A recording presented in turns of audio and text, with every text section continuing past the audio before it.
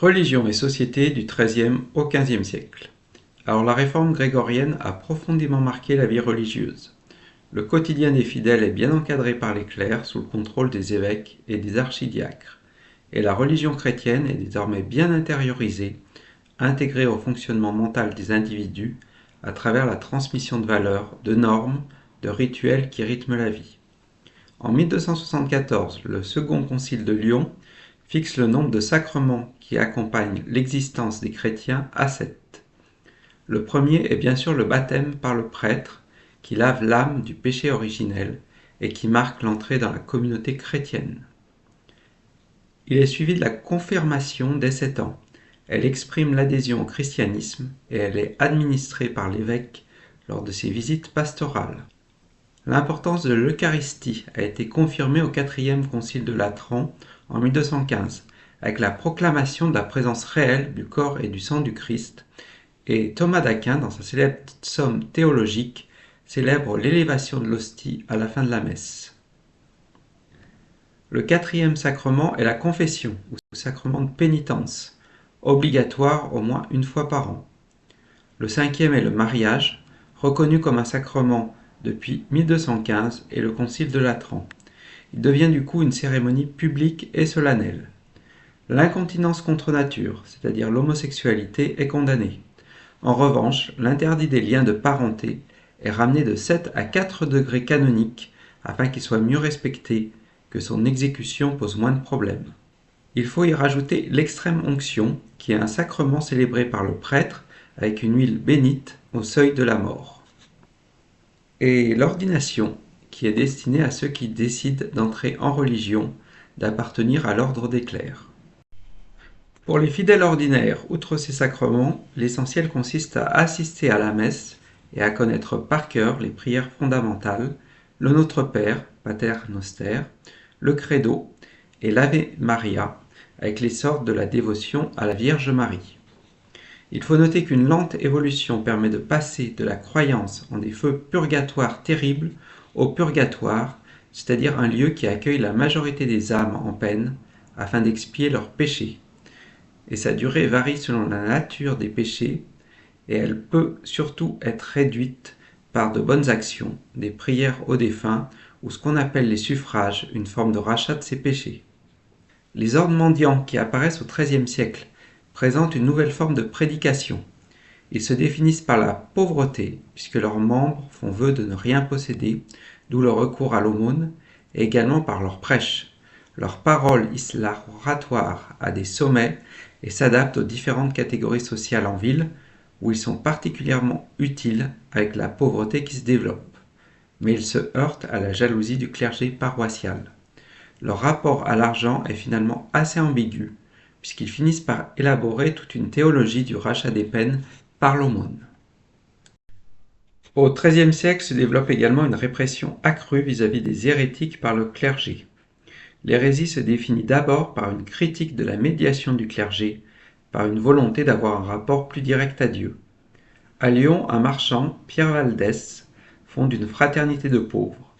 Il est d'abord accepté par le pape Alexandre en 1179, mais ensuite la hiérarchie catholique finit par rejeter sa doctrine. Condamnés, ses disciples, les Vaudois, sont traqués par les autorités et trouvent refuge dans les hautes vallées alpines, en Suisse aujourd'hui. Ils sont en quelque sorte les précurseurs des franciscains et des dominicains, mais contrairement à ces derniers, ils n'ont pas réussi à obtenir l'assentiment des autorités ecclésiastiques. L'autre hérésie particulièrement importante est celle des cathares, qu'on nomme aussi albigeois, bons hommes, et dont la foi inspirée de Saint Jean est simplifiée, puisqu'ils pensent qu'on peut sauver son âme par le consolement, à la fin de sa vie, un rite d'imposition des mains qui efface les péchés. Le discours des bons hommes séduit en Occitanie la petite noblesse rurale, appauvrie par le partage des héritages, et les élites citadines dont l'Église condamne les activités, le recours à l'usure. À la suite de l'assassinat du légat du pape, Pierre de Castelnau, en 1208, Innocent III prêche la croisade contre les albigeois et en 1213, Simon de Montfort vint la coalition menée par Pierre II d'Aragon à la bataille de Muret. Après sa mort en 1218, c'est Louis VIII qui prend la relève de la croisade jusqu'à son décès en 1226. La lutte contre l'hérésie est confiée aux frères pêcheurs ou dominicains et en 1233, l'ordre reçoit la charge de l'Inquisition avec la mise en place de méthodes policières particulièrement violentes et efficaces. Usage de la délation, interrogatoire à l'aide de formulaires, voire torture afin de recueillir les aveux. Les bûchers restent cependant rares et considérés comme un aveu d'impuissance par les inquisiteurs. Une inquisition célèbre est menée par l'évêque Jacques Fournier, le futur pape Benoît XII, au village de Montaillou, dans les Pyrénées, de 1318 à 1325. Les dominicains profitent de leur action pour fonder de nombreux monastères en Provence et au sud du royaume.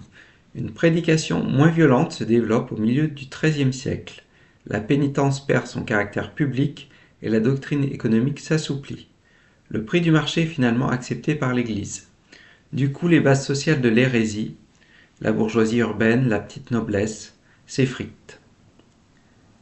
En dépit de la christianisation de la société, il faut noter que des pratiques païennes demeurent vivaces. En ville, elles émergent de pratiques festives, telles la fête des fous à Paris, qui élève un évêque ou un abbé des fous, ou les confréries parodiques des connards, qui organisent des charivaris lors des mariages mal assortis. Des superstitions apparaissent aussi dans les campagnes.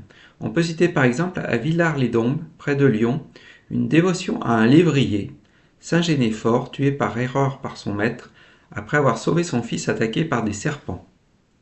Des mères apportent des enfants à son sanctuaire pour leur guérison. Le prédicateur dominicain Étienne de Bourbon combat cette superstition, mais elle persiste malgré son action. Et en matière de sorcellerie, un amalgame de pratiques folkloriques désormais jugées inacceptables et d'une croyance dans un complot contre la chrétienté menée par les hérétiques, l'Église se montre d'abord plutôt tolérante. La puissante famille des Lusignan peut ainsi revendiquer descendre de la fée Mélusine. Mais à partir de 1380, on voit apparaître un raidissement, les premiers procès en sorcellerie. Et en 1430, les débuts de véritables chasses aux sorciers et surtout aux sorcières dans les Alpes. Le rôle de l'image est valorisé avec l'essor de l'art de France, dont les premières manifestations se trouvent à la cathédrale de Saint-Denis, embellie par les Capétiens à la fin du XIIe siècle, et qui se répand au nord de l'Europe. Les cathédrales se parent de façades travaillées, sculptées avec des tours. Elles s'élèvent vers le ciel grâce à leurs piliers fasciculés et leurs croisées d'ogives, et se couvrent de lumière à travers leurs vitraux et rosaces. À partir du XIVe siècle, des images qui présentent une piété sacrificielle et macabre apparaissent également. Pour la première fois dans l'histoire du christianisme, on commence à représenter des cadavres en décomposition sur des tombeaux. Des danses macabres apparaissent aussi dans les cimetières. Et au début du XVe siècle, des arts de mourir, préparant à la belle mort chrétienne, se diffusent, ainsi que l'idée que le péché se rachète par les souffrances, à l'exemple de saint François et de saint Louis.